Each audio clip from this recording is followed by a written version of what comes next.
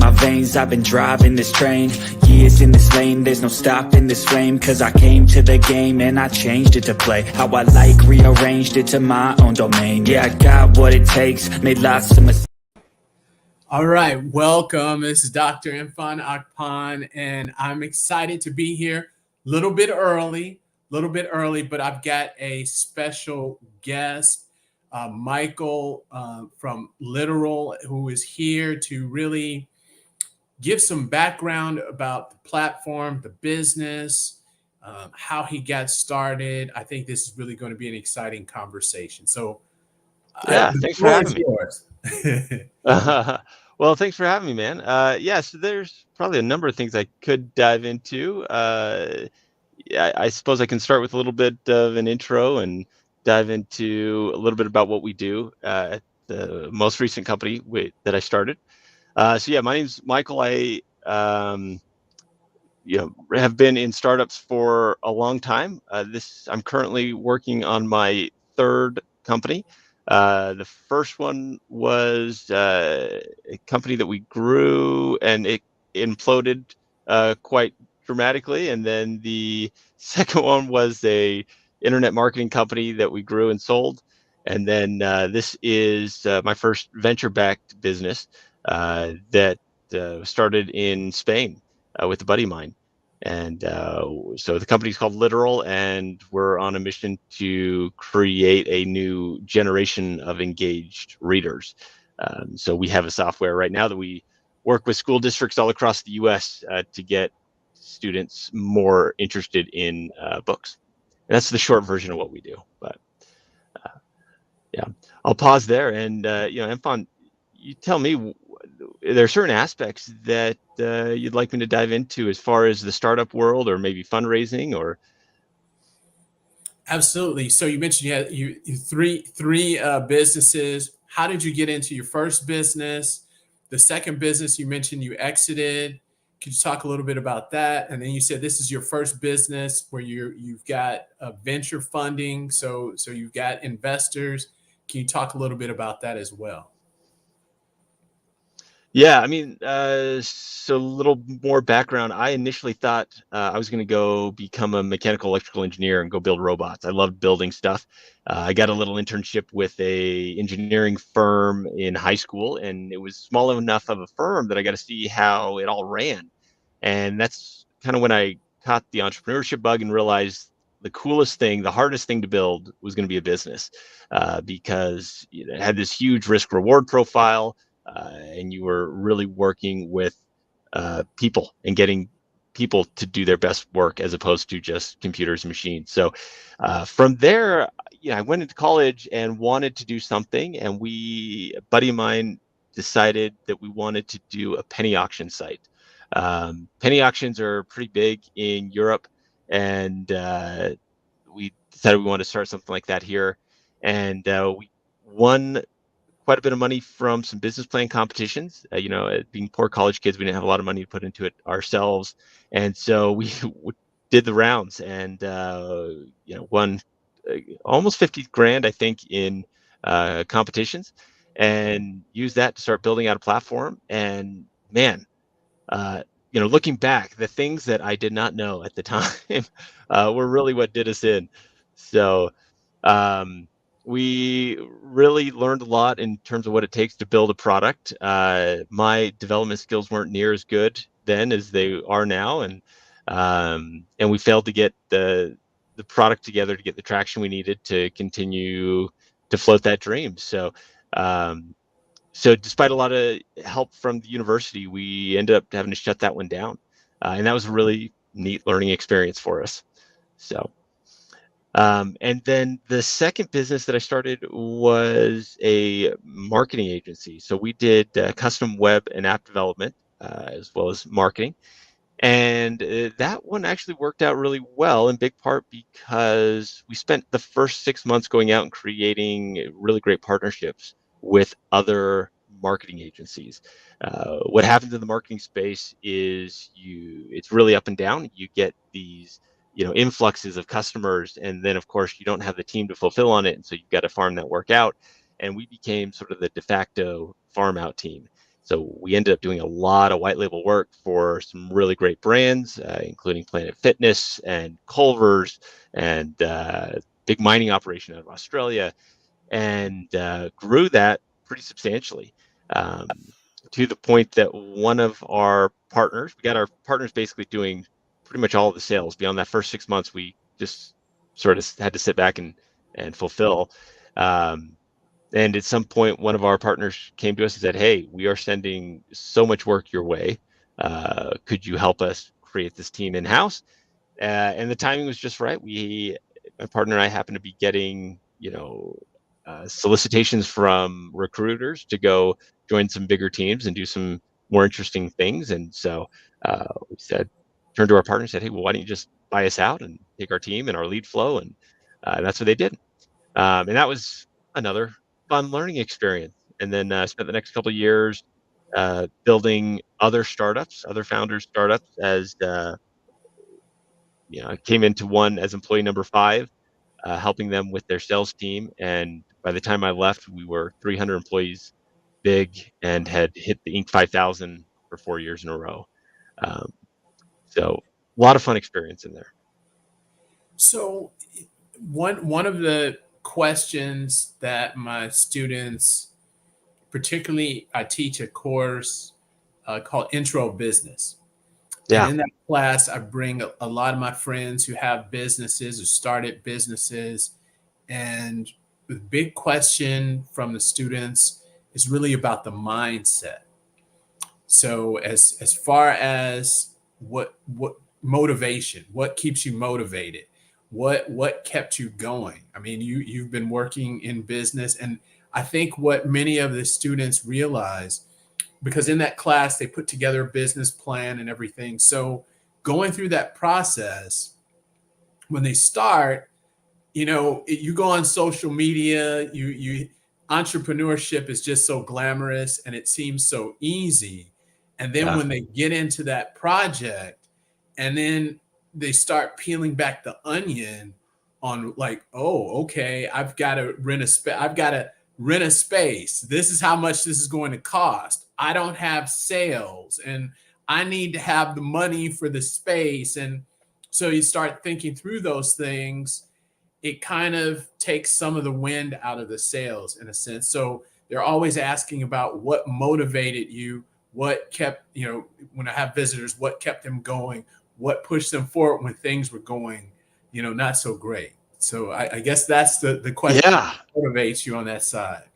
Such a good question. I have friends at all different levels of business, folks that are doing $100 million ARR, folks that are doing 1 million ARR, folks that are just starting out.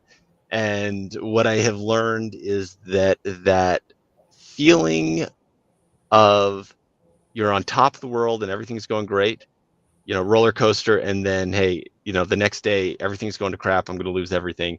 That feeling never goes away, no matter what stage your business is at. And so when you think about mindset, just being neutral on those ups and downs, I think is really beneficial. And realizing, A, things are never as bad as you think they are.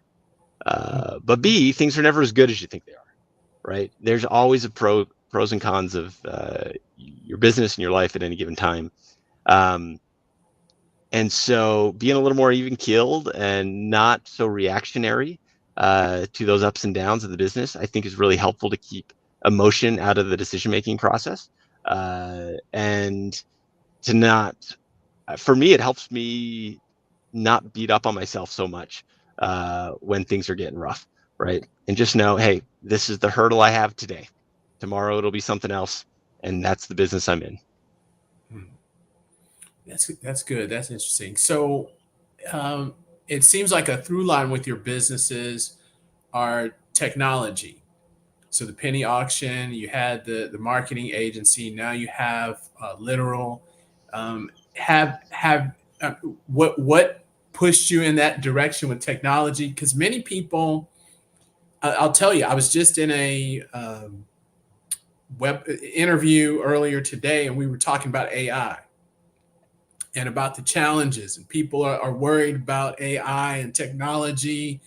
Um, and they're concerned about jobs. I think it was yesterday, the day before, Klarna, let go 700 employees, and they're using Chat GPT. So why the technology space? And it seems like it's very challenging. Why not other areas? I guess that's the question. I don't know. I think everyone's a little different. I love the technology side, right? But on the flip side, I've got friends that are going into nursing and teaching, and I couldn't imagine doing one of those roles, right? I'm so grateful that there are folks that are interested in that, uh, but it's technology was just the thing that clicked for me. So I really enjoy coding. I enjoy sitting down with a problem to solve, having to come up with a creative solution, and at the end of the day, knowing that I either solved that problem or I didn't. There's something really kind of nice and binary about technology. Um, and I do. I'm a bit of a futurist, I suppose, in that I do think that so many of the world's problems can be aided with technology. It's a fantastic tool to get us there. And then, of course, AI is a whole new world that we're entering. And what I tend to tell people is, I, I don't think we're going to get replaced by AI. We're going to get replaced by people who know how to use AI. We were just talking about that. Yeah. So get to know it. I have too many friends that, I got folks still in the video space who still tell themselves that no, AI in video is terrible. Have you seen it? It's terrible.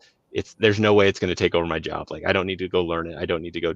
I'm like, dude, you've got to go learn it. You've just in the last year, the progress that's been made in video on AI has been insane, and that's going to affect, I think, any aspect of our lives.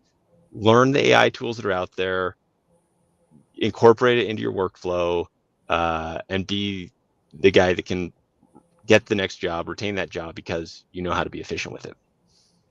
That is so true. And like I said earlier, we were filming. So a company had myself and another colleague filming, and they had a sound guy. So they have a technician, and we're on this special software, and they flew these lights and all of this stuff for me to use for this recording. And my doorbell rang, and they kept ringing. So I unhooked the mic, got up, went answered the doorbell, came back and plugged in the mic again, and the sound wasn't the same. So the sound person was so worried. Well, the light and the sound wasn't the same. So he was worried about all of that. We got the light better, but at the end of it, the sound wasn't working. So then he sent an email, because this software downloads the video to your computer, then uploads to somewhere else, and then he gets an upload. So he said he got it. My sound was off, but he used AI to make it better. So it said it's the AI worked it out for my sound. So that is absolutely true and very, very interesting. So we've got a couple of minutes. Can you tell us a little bit about Literal? Yeah, so Literal started out, it was a 3 a.m. drive to Pamplona to go run with the bulls. And it was me, my buddy Lawton, and another buddy who was passed out in the seat behind us. And, at some point, Lawton leaned over and said, "Hey, man, I've got this idea that I haven't been able to shake. I think we could make books more addictive than the Kardashians." And so that was the initial sort of concept, right? This idea that we all wish we read more, but we're not doing it because social media and other applications have just shortened our attention span so much that although we wish we were reading, we're not doing it. And so we realized, why can't we layer a lot of the same mental stimulus that trigger that opioid system in our brain when we're on social media? Why can't we layer that into a book? And that's what we started doing. And we figured out how to get kids to spend per session more time in a book than they spend on social media. And we layered that in with some educational tools and started going around to educational conferences. And before we really even had a product, we had a demo. Went to a teacher conference, and within 4 hours, we had signed up the educators of 30,000 students who said, I need this. And so at that point, we realized we should probably take a step back and go build this product. And that's what we did. So, we've raised a couple $1 million since then to continue to expand on the product and build out our sales mechanisms and our marketing mechanisms. It's been, I think, 4 years now, almost 5 years into that journey. And we're about to prep to go raise the Series A and continue to grow. That sounds magical. Being a professor and having that is one of the biggest challenges to just, if you're in a classroom, just to keep students engaged, so I think that's amazing. That's wonderful. When you were mentioning that you signed someone up, I thought about and I scroll on TikTok. So I was scrolling on TikTok, and there was a video of another professor, and he was in one of these auditorium halls. And so he had all of these students in there. And then some of the students they were sleeping or had their head down on the desk. Some were laid back. So in the video, he said, okay, we're going to take a break. So he stopped what he was doing. He had his computer. He stopped what he was doing. He turned on some music, and he started doing this crazy dance, just in front of the class. None of the students were paying attention to him. I was dying laughing. But the students still had their head down. They were on their phone, and the guy was, doing this weird dance and everything for almost, like 2-3 minutes. Goes back to his computer. He said the break is over, and it just goes back to, and nothing changes in the classroom. So I think that being said, and having that sort of experience where you have students who are tired, in all fairness to the students. So I got to say this, particularly at my university, 60% of the students are student athletes. Yeah. You got a lot of them, they're tired, they're on the road, so I get it. But to have something like that can draw students away from social media, from their phones, I think that is amazing. That's wonderful. Yeah, it's been working quite well, and I think what has allowed us to stand out and succeed where other companies have failed is that the bulk of education applications or that are out there are made by these crusty old textbook manufacturers, right? And so it's a terrible experience. I think we were kind of one of the first to come in with a consumer grade, enjoyable product for students that, while at the same time, actually solved real problems for educators. And so, we had to solve kind of two problems. One, we had to make sure educators' needs were met so they'd actually use us. But two, we had to make it an enjoyable reading experience for students so that they wouldn't fight the teachers every time they wanted to jump into literals. So, that's awesome. Yeah. Well, I appreciate. I want to be respectful of your time. I know we're a little bit over, but I really appreciate this, Michael, and thank you so much. Thanks for having me on. I super appreciate it as well, and I'm eager to check back in and see how things are going on your end, and hopefully we can get you on some podcasts on our side. So. Awesome. I love it. Thank you so much. Perfect. All right. Thanks. Have fun. All right. Bye-bye. Bye.